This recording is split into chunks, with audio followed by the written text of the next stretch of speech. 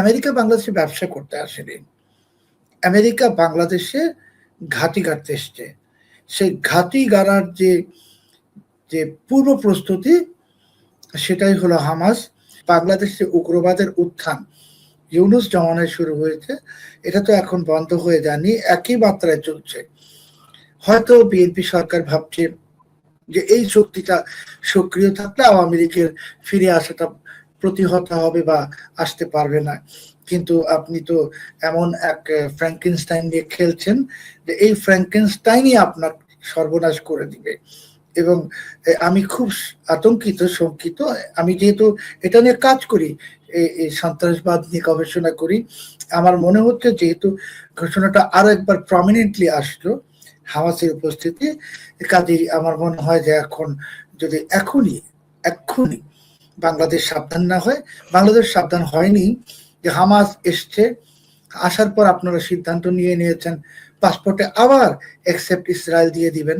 Hamas এসছে, তখন আপনারা উগ্রবাদের উত্থানকে প্রমোট করছেন। আল কায়দার পতাকা অনেকদিন বন্ধ ছিল, আবার দেখছি রাস্তায় স্লোগানও হচ্ছে, সামাজিক যোগাযোগ মাধ্যমেও আল কায়দার পতাকা, এমনকি ফুটবল খেলা হারাম, এটা হারাম, ওটা হারাম। এই যে উগ্রবাদী ন্যারেটিভ গুলো আসছে সামাজিক যোগাযোগ মাধ্যমে, এটা খুব অশনির সংকেত। এবং আমি ভয় পাচ্ছি বাংলাদেশের নাগরিক হিসেবে, যেহেতু বিএনপি সরকার একেবারেই ঘুমিয়ে আছে অথবা জেগে থেকে ঘুমানোর ভান করছে, কিন্তু এই হামাসের উপস্থিতির যে ঘোষণা, এই ঘোষণা তাদের জন্য ভয়ঙ্কর অশনি সংকেত। এবং সেই অশনি সংকেতের আলামত আপনি দেখতে পারবেন প্রধানমন্ত্রীর চীন সফরের পর।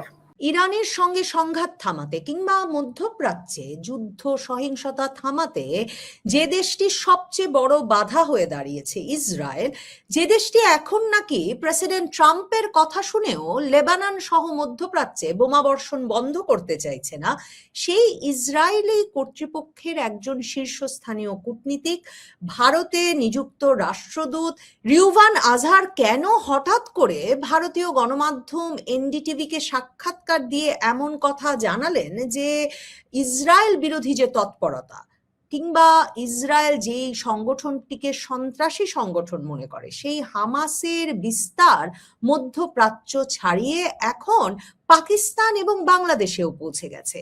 পাকিস্তানকে তারা কিছুতেই বিশ্বাস করতে পারে না, সে কথাও সেই সাক্ষাৎকারে উল্লেখ করে 2023-এর 7ই অক্টোবর গাজা ভূখণ্ড থেকে হামাস গোষ্ঠীর সদস্যরা গিয়ে ইসরায়েলে যে হামলা চালিয়েছিল, সেই হামলার পর থেকেই যে ইসরায়েল বাংলাদেশের দিকে লক্ষ্য রাখছে, সে কথাও এই কূটনীতিক তুলে ধরেছেন।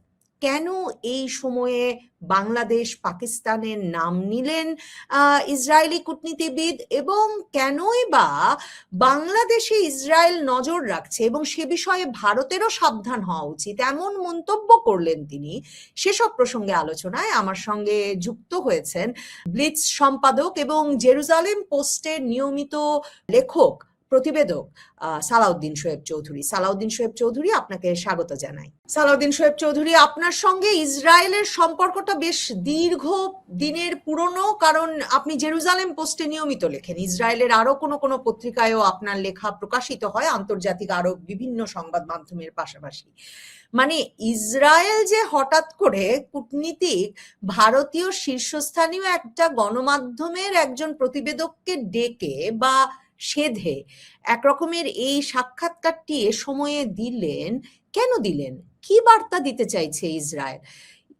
মানে প্রেসিডেন্ট ট্রাম্পের সঙ্গে সম্পর্ক খারাপের ফলে ইসরায়েল বেশ বেকায়দায় আছে, সেটাও তো অনেকে মনে করছেন।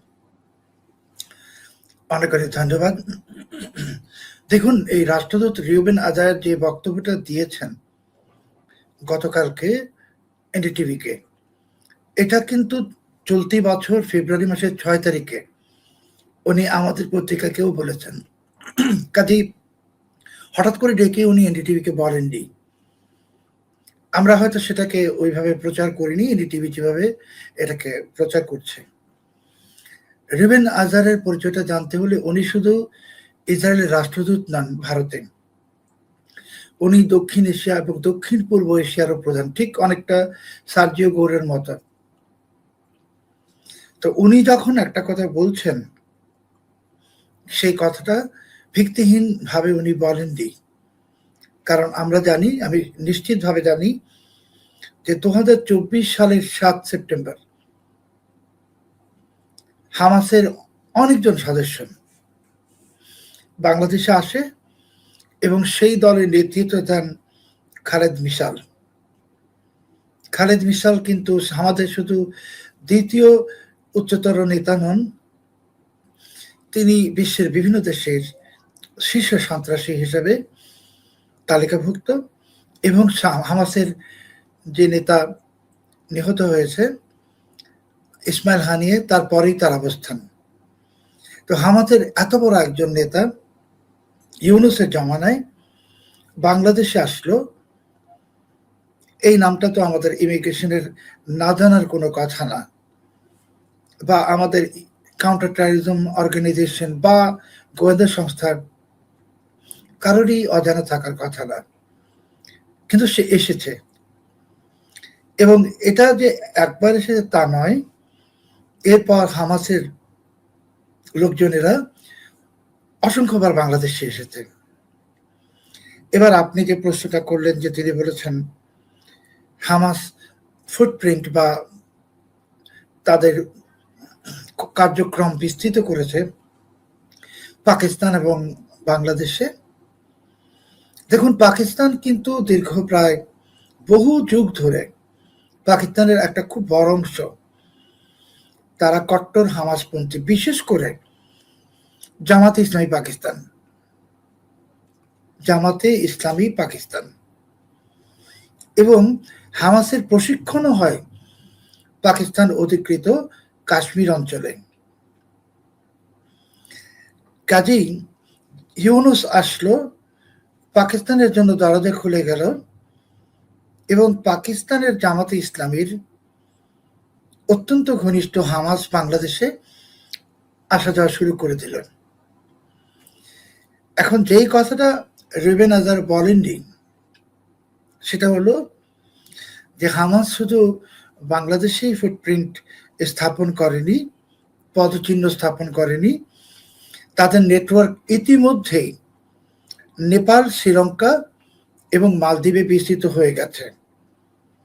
এবং আমি দায়িত্ব নিয়ে বলছি যে নেপালের যে বিস্তীর্ণ, যে খুব হিমালয়ের যে পর্বতের অনেক উঁচুতে, যেখানে আল কায়দার প্রশিক্ষণ ক্যাম্প আছে 2003 সাল থেকে অনেকগুলো, সেখানে হামাসেরও প্রশিক্ষণ ক্যাম্প আছে নেপালে, হিমালয় পর্বতের উঁচুতে। এবং শ্রীলঙ্কাতে, মালদ্বীপে হামাস ওরা স্থানীয় লোকদেরকে রিক্রুটমেন্ট করছে, গাজাতে গিয়ে যুদ্ধ করার জন্য নয়। তারা রিক্রুট করছে যে হামাসের যে টপ এজেন্ডা, হামাসের মুখ্য শত্রু কিন্তু ভারত নয়, হামাসের মুখ্য শত্রু মার্কিন যুক্তরাষ্ট্র এবং ইসরায়েল। এবং আপনি জানেন যে মাত্র 3 বছর আগে দিল্লিতে ইসরায়েলি দূতাবাসে একটা জঙ্গি হামলার, সন্ত্রাসী হামলার প্রচেষ্টা হয়, এবং তখন কিছু লোক ধরা পড়ে, তাদের মধ্যে ভারতীয় নাগরিক ছিল এবং পাকিস্তানি নাগরিক ছিল। কাজে হামাস এখানে এসে পড়েছে বাংলাদেশে, পাকিস্তানে অনেক আগে থেকে আছে, এটা নতুন কিছু না। বাংলাদেশে এসে পড়েছে, এটাও নতুন কিছু না, ইউনূসের সময় থেকে আসছে।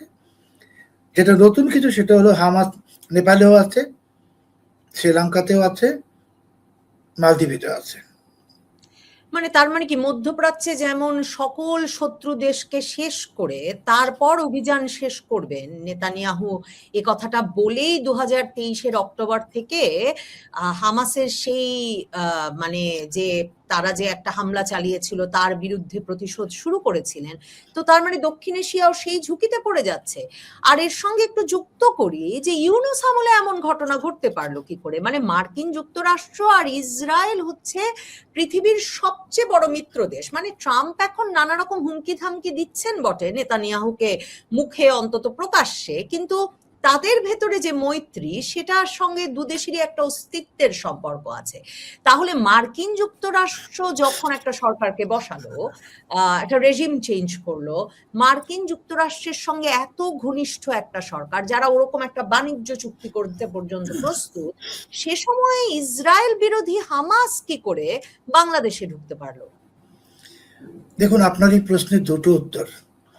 একটা হলো যে মার্কিন যুক্তরাষ্ট্র যে ইসরায়েলের সঙ্গে ঝগড়া করছে, যা আমরা দেখছি, সবাই দেখছেন, আপনিও জানেন, আজকেই মার্কিন সিনেটে ডোনাল্ড ট্রাম্পের বা জেডি ভান্সের বিরুদ্ধে প্রতিবাদ শুরু হয়ে গেছে। মার্কিন যুক্তরাষ্ট্রে কোনো সরকারই টিকতে পারবে না ইসরায়েলের সঙ্গে গোলমাল পাকিয়ে। এবার আপনার প্রশ্নের দ্বিতীয় উত্তর, যে মার্কিন যুক্তরাষ্ট্র এখানে এত বাণিজ্য সুবিধা ইত্যাদি নিবে, সেখানে আবার হামাস কেন ঢুকলো? হামাস এ কারণেই ঢুকেছে যে মার্কিন যুক্তরাষ্ট্র আপনার দেশে ব্যবসা করতে আসেনি। মার্কিন যুক্তরাষ্ট্র আপনার দেশে এসেছে, বাংলাদেশকে ইউনূস স্বীকারও করেছিল যে বাংলাদেশ গাজা হয়ে যাবে, এবং বাংলাদেশকে গাজা উপত্যকার মতো একটা জায়গা বানিয়ে এখানে স্থায়ী মার্কিন সামরিক ঘাঁটি, এই স্থায়ী মার্কিন সামরিক ঘাঁটি করার যে রাস্তাটা, সেটা আনসার আল ইসলাম বলেন বা বাংলাদেশে আরো যে উগ্রবাদী সংগঠন আছে হিজবুত তাহরীর সহ, এরা পারবে না করতে। কারণ আনসার আল ইসলাম বলেন বা অন্য যাদের নাম আছে, হিজবুত তাহরীর তো এমনকি ব্রিটেনে নিষিদ্ধও না। কাজে এমন একটা সংগঠন লাগবে যেই সংগঠনটা মার্কিন যুক্তরাষ্ট্র, ব্রিটেন এবং ইউরোপীয় ইউনিয়নের কাছে একটা দানবাকৃতির। সেই দানবটা প্রবেশ করিয়ে দেওয়া হয়েছে বাংলাদেশে। কারণ আমি আবার বলছি, বিনয়ের সাথেই বলছি, যে আমেরিকা বাংলাদেশে ব্যবসা করতে আসেনি। আমেরিকা বাংলাদেশে ঘাঁটি গাড়তে এসছে। সেই ঘাঁটি গাড়ার যে যে পূর্ব প্রস্তুতি, সেটাই হলো হামাস। এবং আপনি যে বললেন যে ইউনূসের সময় কেন, আসলে তো ইউনূসের সময়ই হবে। মানে এর আগে যত রাজনৈতিক সরকার ছিল বাংলাদেশে, এমনকি সামরিক শাসন, তারা কেউই তার বাংলাদেশে এই মার্কিন ঘাঁটি করার পক্ষে ছিল না। তো ইউনূস আমাদের সবাইকে হয়তো অ্যাটেনশনটা ডাইভার্ট করে রেখেছে যে বাণিজ্য চুক্তি, গোলামি চুক্তি ইত্যাদি, কিন্তু আদতে যে মূল প্ল্যানটা, মাস্টার প্ল্যানটা, সেটা হলো এই বাংলাদেশকে একটা সন্ত্রাসের অভয়ারণ্য করে তারপরে এখানে স্থায়ীভাবে সামরিক ঘাঁটি গেড়ে বসা। যে সাক্ষাৎকারটা থেকে আসলে এই বিষয়টা জানলাম, মানে এনডিটিভির যে খবরটা গতকালকে, সেই সাক্ষাৎকারটাতে খুব ইন্টারেস্টিং হচ্ছে, রিউভান আজহার ইসরায়েলি এই কূটনীতিক বলছেন সাংবাদিককে যে তিনি নিজ উদ্যোগে এই বিষয়গুলো নিয়ে তার এবং ইসরায়েলি কর্তৃপক্ষের যে উদ্বেগ, সেটা ভারতের বিভিন্ন মানে সামরিক বেসামরিক কর্মকর্তাদের পর্যায়ে তিনি এটা জানিয়েছেন এবং তিনি একটা অ্যালার্ট করতে চেয়েছেন, সতর্ক করতে চেয়েছেন তাদের। এবং সেই প্রতিবেদনটাতে দেখবেন যে তারপর এনডিটিভি একটা মন্তব্য জুড়ে দিয়েছে, আমি জানি না তাদের নাকি রিউভান আজহারেরই মন্তব্য, যে ভারত সীমান্তে সন্ত্রাসবাদের যে মানে বিকাশ নিয়ে সীমান্তের অপর পারে যে উদ্বিগ্ন, সেটাকেও এই খবরটা আরো জোরদার করে। মানে এখন তো ভারত দুটো সীমান্তেই তাদের বিরুদ্ধে সন্ত্রাসবাদ চলছে বা চরমপন্থী সন্ত্রাসবাদ চলছে এই অভিযোগ করে আসছে, পাকিস্তানের সঙ্গে সীমান্তেও, বাংলাদেশের সঙ্গে সীমান্তেও। তাহলে এই খবরটার প্রতিক্রিয়া ভারত কি দেখায়, ইসরায়েল কি সেটাও দেখতে চাইছে। ইসরায়েল ভারতের একটা সন্ত্রাস বিরোধী জোট হতে পারে। আপনার মনে থাকবে ফেব্রুয়ারিতে প্রধানমন্ত্রী মোদী যখন গেলেন, তখন কিন্তু আবার প্রধানমন্ত্রী নেতানিয়াহু তাকে জড়িয়ে ধরে এ প্রস্তাবও দিয়েছিলেন। দেখুন, ইসরায়েলের সঙ্গে ভারতের সম্পর্কটা কতটা গভীর সেটা বোঝার জন্যে ইসরায়েলের যে মিসাইল বা এই ড্রোন বিধ্বংসী যে টেকনোলজিটা আছে, যেটা আমেরিকার টেকনোলজি দিয়ে আপনি একটা ড্রোন বা মিসাইলকে প্রতিহত করতে হাজার হাজার ডলার খরচ হয়, আর ইসরায়েলের ওই প্রযুক্তি দিয়ে মাত্র $3 খরচ হয়। ইসরায়েল কিন্তু ওই যন্ত্রটা ভারতকে দেয়নি, বরং পুরো টেকনোলজিটাই ভারতকে দিয়ে দিয়েছে তৈরি করার জন্য। এটাই হলো ইসরায়েলের সঙ্গে ভারতের সম্পর্কের উদাহরণ।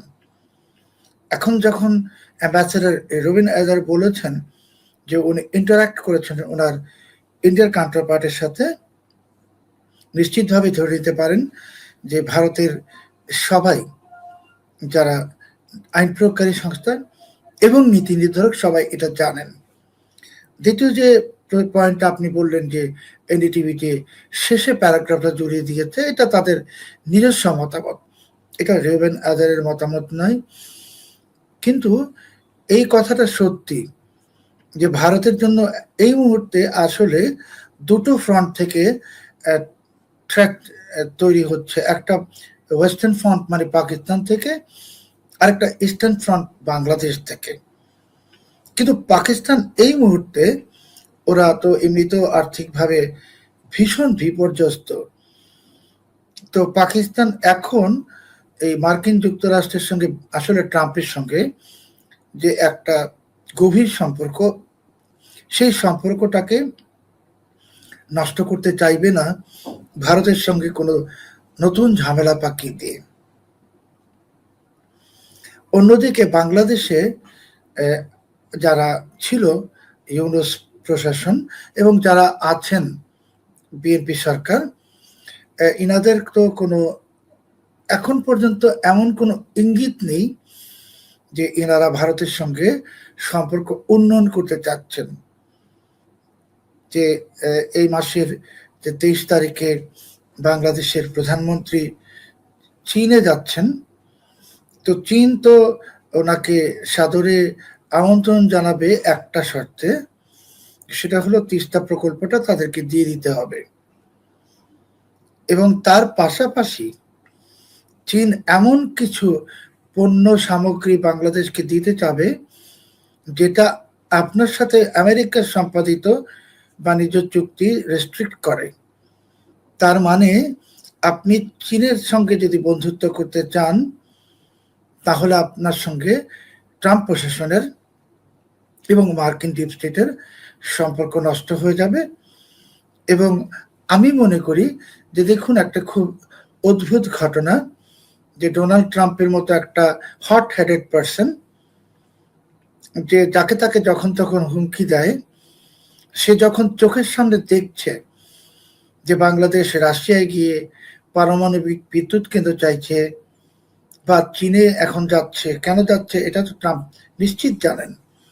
উনি কেন বাধা দিচ্ছেন না? উনি বাধা দিচ্ছেন না এজন্যে যে ওইটা একটা ফাঁদ। ট্রাম্প চাচ্ছেন যে বিএনপি সেই ফাঁদে গিয়ে পা রাখুক, যেই ফাঁদের কারণে মার্কিন যুক্তরাষ্ট্র বাংলাদেশের উপরে ওই বাণিজ্য চুক্তি লঙ্ঘনের অভিযোগ তুলে যে কোনো কঠোর ব্যবস্থা নিতে পারবে। তখন মার্কিন যুক্তরাষ্ট্র সাপ্লিমেন্টারি অভিযোগ আনবে যে শুধু তো তোমরা চীনের সঙ্গে ব্যবসা করতেই যাচ্ছ না বা রাশিয়ার সাথে, তোমরা তো হামাসকে আশ্রয় প্রশ্রয় দিয়েছ, মানে উই ক্যানট অ্যাকসেপ্ট হামাস, এটা তো আমেরিকানরা বলবেই। এবং এই যে দুটো বিষয়, একটা হলো যে চীন রাশিয়া ফাঁদ, সেটা যে কোনো একটা, বিশেষ করে চীন, সেখানে আপনি বন্দী হলেই ট্রাম্প আপনাকে ওই অভিযোগটা আনবে যে আপনি চুক্তি লঙ্ঘন করেছেন, চুক্তির শর্ত ভঙ্গ করেছেন। তো এটার জন্য তো শাস্তি আছেই, স্যাংশনস আসতে পারে, ইন্ডিভিজুয়াল পার্সনসের উপরে ট্রাভেল রেস্ট্রিকশন আসতে পারে।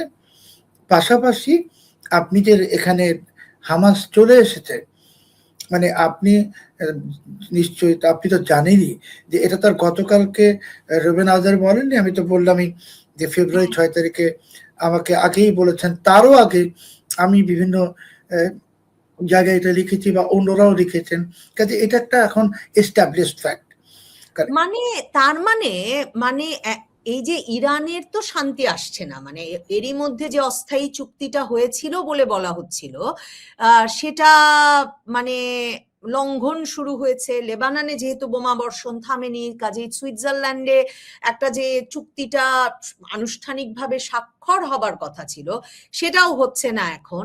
তার মানে মধ্যপ্রাচ্যে অশান্তি থামছে না, আর মার্কিন যুক্তরাষ্ট্র ইসরায়েল আসলে দক্ষিণ এশিয়ায় এখন আসতে চাইছে। এবং গত প্রায় 1 দশক ধরে কিংবা 5-7 বছর ধরে তো অবশ্যই নানা জনের কাছে এটা শুনছিলাম যে মার্কিন বিশ্লেষকরাই বলেন যে নেক্সট ওয়ারফেয়ার থিয়েটার, সম্ভবত এটাই টার্ম, যে মানে পরের যুদ্ধক্ষেত্র হিসেবে মার্কিন যুক্তরাষ্ট্রের বিশেষজ্ঞরা বিশ্লেষকরা এই বঙ্গোপসাগর উপকূল এবং বাংলাদেশ সংলগ্ন যে উপকূল সেটাকে একটা গুরুত্বপূর্ণ জায়গা বলে মনে করছেন। তার মানে ওই পরিকল্পনা অনুসারে এগুলো হচ্ছে এবং সে কারণেই হামাস বাংলাদেশে ঢুকলো ইউনূস আমলে। দেখুন, প্রথমত ট্রাম্পের সাথে যে ইরানের সমঝোতা চুক্তি, এটা লঙ্ঘিত হয়নি, মানে ইসরায়েল লঙ্ঘন করেনি, কারণ ইসরায়েল ওই চুক্তির পক্ষই না, তারা স্বাক্ষরদাতা না। কাজেই এই ট্রাম্প কি চুক্তি করেছে সেটা মানতে ইসরায়েল বাধ্য না। দ্বিতীয় হলো যে যুগ যুগ ধরে মার্কিন যুক্তরাষ্ট্রের যে মিলিটারি ইন্ডাস্ট্রিয়াল কমপ্লেক্স, সামরিক সরঞ্জাম বানানোর যে সিন্ডিকেট, তারা মধ্যপ্রাচ্যে ট্রিলিয়ন্স অফ ডলারে ব্যবসা করেছে। এখন মধ্যপ্রাচ্যের সবগুলো দেশ তাদের নিজস্ব ভিশন অ্যাডভান্স করার জন্য, সৌদি আরব সহ, ওদের টাকাটা ওই জায়গায় চলে যাচ্ছে, বেশিরভাগ টাকা। এখন তাদের কাছে আসলে এই বিদেশি অস্ত্র কেনার মতন এত বাড়তি টাকা নেই, কিন্তু মিলিটারি ইন্ডাস্ট্রিয়াল কমপ্লেক্সটা তো চালু রাখতে হবে। মানে সহজ করে যদি বলি, মধ্যপ্রাচ্যের বাজারটা যেহেতু শুকিয়ে গেছে, আর মধ্যপ্রাচ্যের দেশগুলো যেহেতু বুঝে গেছে যে মার্কিন যুক্তরাষ্ট্রকে তারা যে ভাবতো যে তাদের চৌকিদার, তাদেরকে বাঁচিয়ে রাখবে, সেটা দেখে নিয়েছে এই সাম্প্রতিক সময় যে কিছুই করে না। অতএব তারা আর মার্কিন যুক্তরাষ্ট্রের পিছনে কোনো টাকা ঢালবে না। কাজে মার্কিন যুক্তরাষ্ট্রকে এখন একটা নতুন যুদ্ধক্ষেত্র খুলতে হবে, এবং সেটা এই যে প্রায় 150 কোটি মানুষের বা 200 কোটি মানুষের যে একটা এলাকা দক্ষিণ এশিয়া, মানে আপনি যদি ভারতের 140 কোটি, বাংলাদেশের সাথে মিয়ানমার যোগ করেন, নেপাল, শ্রীলঙ্কা, পাকিস্তানও, তাহলে বিশাল একটা জনগোষ্ঠী, 200, এবং খুব ডেন্সলি পপুলেটেড, মানে ঘনবসতিপূর্ণ। তো এখানে একটা ক্যাজুয়ালিটির পরিমাণও বেশি হবে যুদ্ধ হলে, এবং আমেরিকা সেই যুদ্ধটা বাঁধাবে। এবং সেই যুদ্ধ বাঁধানোর জন্য যে কিছু ইনগ্রিডিয়েন্ট তৈরি করতে হয়, এক্সকিউজেস তৈরি করতে হয়, অজুহাত তৈরি করতে হয়, এটা আর অজুহাত থাকলো না। এখন অজুহাত না যে আপনি চীনে যাচ্ছেন, দৃশ্যমান চুক্তি তো করবেন। হামাস এসছে, ডেট তারিখ সব তো আমি বলে দিয়েছি, এটা তো অন রেকর্ড। তাহলে কি আপনার মনে হয় না যে ঢাকায় মার্কিন দূতাবাসের কাছে এই রেকর্ডটা আছে? আছে, এটা সবার কাছে আছে, সিআই এর কাছেও আছে, পেন্টাগনের কাছেও আছে। এবং যার কারণে বাংলাদেশের ইউনূস প্রশাসন, আমরা যখন এই রিপোর্টটা পাবলিশ করেছিলাম ফেব্রুয়ারি মাসে, ওরা কিন্তু কোনো টু শব্দ করেনি, এখনো করবে না, কারণ এটা তো এসেছে। আর আপনি যত চুপ করে থাকবেন তত জিনিসটা এস্টাবলিশড হয়ে যাবে। যে আমি আজকে আপনার এই প্রোগ্রামের মাধ্যমে যে কথাটা ব্রেক করলাম স্টোরিতে, যে হামাস নেপালেও আছে, শ্রীলঙ্কাতেও আছে, মালদ্বীপেও, আপনি দেখবেন আগামী 1 সপ্তাহ পর এই কথাটা অন্যান্য আন্তর্জাতিক গণমাধ্যমে আসবে। তো তেমনি ভাবে, মানে আপনি যখন সরকার রিয়েক্ট করবে, প্রতিক্রিয়া দেখাবে কবে আপনার মনে হয় ইসরায়েল মার্কিন যুক্তরাষ্ট্র? মানে এটা কি খুব ইমিনেন্ট, মানে খুব অবশ্যম্ভাবী এবং খুব আশু একটা আশঙ্কা বলে আপনি মনে করেন? দেখুন আমি মানে আমি আসলে জানি যে আপনার সঙ্গে রিউভান আজারের কথা হয়, আপনি তার সাক্ষাৎকার নিয়েছেন, আপনি ইসরায়েলের বিভিন্ন কর্তা ব্যক্তিদের সঙ্গে আপনার সাক্ষাৎকার হয়েছে এবং আপনি কথা বলেছেন, সেই সূত্রেই আমি জানতে চাইছি। মানে এই বিষয়টাকে তারা কিভাবে দেখেন? তারাই প্রতিক্রিয়া দেখাবেন, নাকি তারা ভাবছেন যে এই দেশের সরকারগুলো এই হামাসের আশা টাশা বন্ধ করবে এবং একটা সক্রিয় হবে ইসরায়েল বিরোধী শক্তি কে দমন করতে? দেখুন, আমি তো আসলে কাউন্টার টেররিজম নিয়ে কাজ করি, তো আমি আপনাকে একটা হাইপোথেটিক্যালি একটা কথা বলতে চাই যে 7ই অক্টোবর যে ইসরায়েলি ঘটনাটা ঘটলো, যার পর এই গত অনেক বছর ধরে যে গাজায় যে যুদ্ধটা চলছিল, হাইপোথেটিক্যালি বাংলাদেশে যে সনাতন কমপ্লেক্সকে নিয়ে যে যে এক ধরনের উগ্রতা তৈরি হচ্ছে চতুর্পাশে, এবং আমি আজকেই জানলাম যে এমনকি কুরিয়ার সার্ভিসে একজন বিতর্কিত উগ্রপন্থী নেতা তিনি এই আল কায়দার ফ্ল্যাগ পাঠাচ্ছেন লোকদেরকে।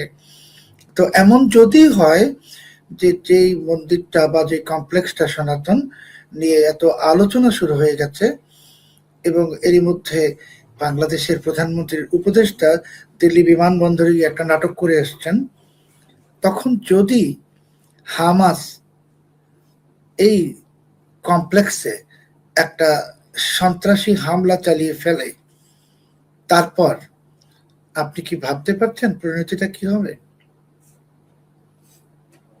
না, ভাবতে পারছি না। আর আপনি গাইবান্ধার সনাতন কমপ্লেক্সের সঙ্গে মেলাচ্ছেন এই ঘটনাটাকে। হ্যাঁ, মানে এটা তো একদম যে ইসরায়েলে যে হামলাটা হলো 7ই অক্টোবর, সেটা তো একটা কনসার্টের মধ্যে, তাই না? আর এখানেও তো একটা গাইবান্ধায়, এটা তো একটা রিক্রিয়েশন সেন্টার। এখন যদিও বলা হচ্ছে রাম মন্দির, এটা সেটা আসলে তো সেটা না, এটা রিক্রিয়েশন সেন্টার। তো সেখানে যদি হামলা হয়ে যায়, হামলার যথেষ্ট উস্কানি তো চারপাশে আছেই। রাস্তায় আপনি দেখছেন মিছিল হচ্ছে, ভেঙে দেওয়ার উস্কানি হচ্ছে, সরকার তো কোনো অ্যাকশন দিচ্ছে না। তো এরপর যদি হামাস এটা অ্যাটাক করে ফেলে, আর হামাস যদি দায় স্বীকার করে ফেলে, তখন আমাদের সরকার কি করবে? কিছু করতে পারবে? মানে কি জবাব দিবে মার্কিন যুক্তরাষ্ট্রকে? মানে আপনি মনে করছেন যে একটা বড় কোনো ঘটনা ঘটবে যার মাধ্যমে হামাস যে বাংলাদেশে আছেই সেটা হামাসের তরফেই জানান দেওয়া হবে এবং তারপর অনেকগুলো প্রতিক্রিয়া খুব দ্রুত ঘটতে থাকবে। হামাস যেই দেশে ঢুকতে পারে, সেই দেশে তারা খুব বড় একটা ঘটনা ঘটিয়ে তাদের উপস্থিতি জানান দেয়। মার্কিন যুক্তরাষ্ট্রেও তো হামাসের টেররিস্ট অ্যাটাক হয়েছে, ইউরোপিয়ান ইউনিয়নে হয়েছে, বাংলাদেশেও হবে। যেহেতু অন রেকর্ড আমি বলছি, আমার কাছে একটা ডকুমেন্ট, আমি বলছি 7 সেপ্টেম্বর 2024 খালেদ মিসাল ঢুকেছে। আপনি তো এটা বলতে পারবেন না যে খালেদ মিসাল তো ফিলিস্তিনি, সে আবার হামাস হলো কিভাবে? এটা বলার কোনো সুযোগ নাই, কারণ সে হামাসের দ্বিতীয় সেকেন্ড টপ লিডার ইসমাইল হানিয়ার পর। কাজেই এখন আপনি এখানে হামাস আছে প্রমাণিত, এবং ইসরায়েলি রাষ্ট্রদূত রুবেন এজার সেটা আরো একবার হয়তো বলেছেন এই কারণে মনে করানোর জন্য যে এটা তো আছে। এবং এই যে তারিখটা আমি বললাম, এটা ছাড়াও ওনাদের কাছে হয়তো আর অনেক তারিখ আছে। কিন্তু আমি যেই কথাটা বলতে চাচ্ছি যে বাংলাদেশে উগ্রবাদের উত্থান ইউনুস জমানায় শুরু হয়েছে, এটা তো এখন বন্ধ হয়ে যায়নি, একই মাত্রায় চলছে। হয়তো বিএনপি সরকার ভাবছে যে এই শক্তিটা সক্রিয় থাকলে আওয়ামী লীগের ফিরে আসাটা প্রতিহত হবে বা আসতে পারবে না। কিন্তু আপনি তো এমন এক ফ্র্যাঙ্কেনস্টাইন নিয়ে খেলছেন যে এই ফ্র্যাঙ্কেনস্টাইনই আপনার সর্বনাশ করে দিবে। এবং আমি খুব আতঙ্কিত, শঙ্কিত। আমি যেহেতু এটা নিয়ে কাজ করি, এই সন্ত্রাসবাদ নিয়ে গবেষণা করি, আমার মনে হচ্ছে যেহেতু ঘোষণাটা আরো একবার প্রমিনেন্টলি আসলো হামাসের উপস্থিতি, কাজেই আমার মনে হয় যে এখন যদি এক্ষুনি বাংলাদেশ সাবধান না হয়, বাংলাদেশ সাবধান হয়নি যে হামাস এসছে, আসার পর আপনারা সিদ্ধান্ত নিয়ে নিয়েছেন পাসপোর্টে আবার একসেপ্ট ইসরায়েল দিয়ে দিবেন। হামাস এসছে, তখন আপনারা উগ্রবাদের উত্থানকে প্রমোট করছেন।